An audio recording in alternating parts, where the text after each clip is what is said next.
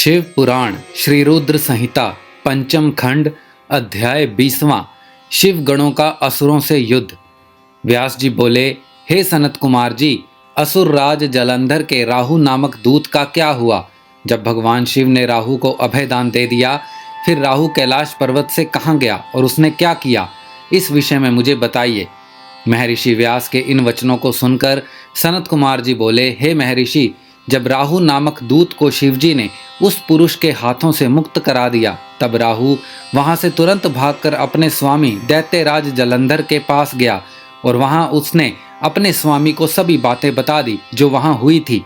उन सारी बातों को जानकर असुर राज जलंधर का क्रोध 7वें आसमान पर चढ़ गया। जलंधर ने अपने सेनापति और अन्य अधिकारियों को बुलाकर अपनी दैत्य सेना को युद्ध के लिए तैयार होने की आज्ञा प्रदान की। अपने स्वामी की आज्ञा पाकर कालनेमी, शुंभ, निशुंभ आदि महावीर पराक्रमी दैत्य युद्ध के लिए तैयारी करने लगे। जलंधर की विशाल चतुर्गुणी दैत्य सेना भगवान शिव से युद्ध करने के लिए निकल पड़ी। उस सेना के साथ ही दैत्य गुरु शुक्राचार्य और राहु भी थे। इधर जब देवताओं को ज्ञात हुआ कि जलंधर अपनी सेना को साथ लेकर भगवान शिव से युद्ध करने के लिए निकल पड़ा है, तो देवराज इंद्र शिवजी को अवगत कराने के लिए कैलाश पर्वत पर गए और वहां उन्होंने त्रिलोकीनाथ भगवान शिव को सारी बातें बता दी। इंद्र ने भगवान विष्णु के विषय में भी उन्हें बताया कि भगवान विष्णु भी अपनी पत्नी देवी लक्ष्मी के साथ असुर राज जलंधर के वश में हैं और उनके घर में निवास करते हैं। इसी कारण हम सब देवता विवश हैं। हमें ना चाहते हुए भी जलंधर के अधीन होना पड़ा है। भगवान, आप भक्त वत्सल हैं। आप अपने भक्तों की रक्षा कर हमें जलंधर से मुक्ति दिलाएं, उसे मारकर हमारे प्राणों की रक्षा करें। सारी बातें ज्ञात हो जाने पर भगवान शिव ने सर्वप्रथम भगवान श्री हरि विष्णु का स्मरण किया। प्रभु के स्मरण करते ही विष्णु जी वहां तुरंत प्रकट हो गए। उन्हें देखकर शिवजी ने उनसे पूछा, हे विष्णु, तुम्हें मैंने दैत्यराज जलंधर का वध करने के लिए भेजा था, फिर तुमने उसका वध क्यों नहीं किया? आप उसके घर में क्यों निवास कर रहे हैं? अपने आराध्य भगवान शिव के ये वचन सुनकर भगवान श्री हरि विष्णु ने अपने दोनों हाथ जोड़ लिए और विनम्रता पूर्वक बोले, हे करुणा निधान भगवान शिव, मैं जानता हूँ कि आपने मुझे दैत्यराज जलंधर का संहार करने की आज्ञा दी थी, परंतु मैं उसे नहीं मार सका।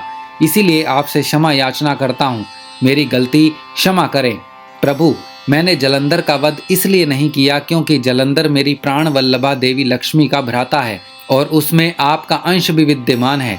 इसीलिए उस दैत्य की वीरता से प्रसन्न होकर मैं उसके घर में निवास करता हूँ। भगवान विष्णु के वचनों को सुनकर त्रिलोकीनाथ भगवान शिव हंसने लगे।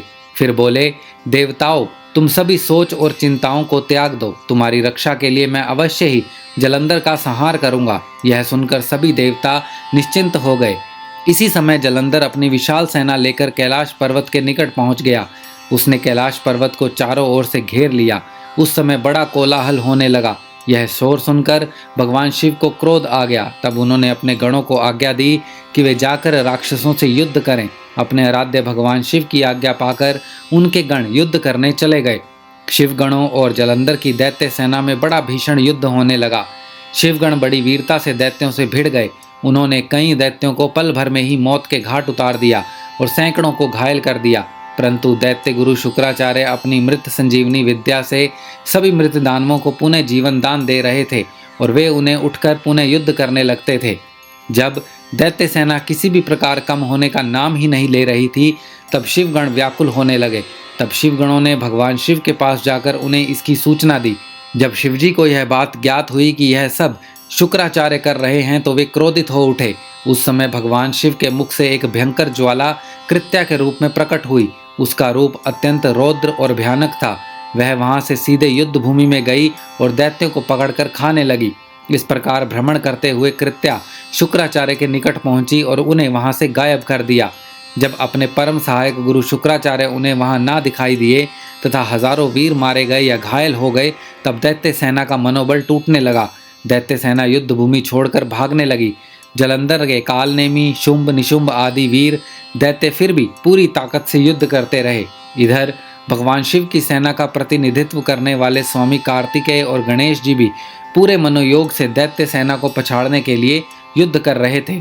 श्री रुद्र संहिता पंचम खंड अध्याय 20वां समाप्त।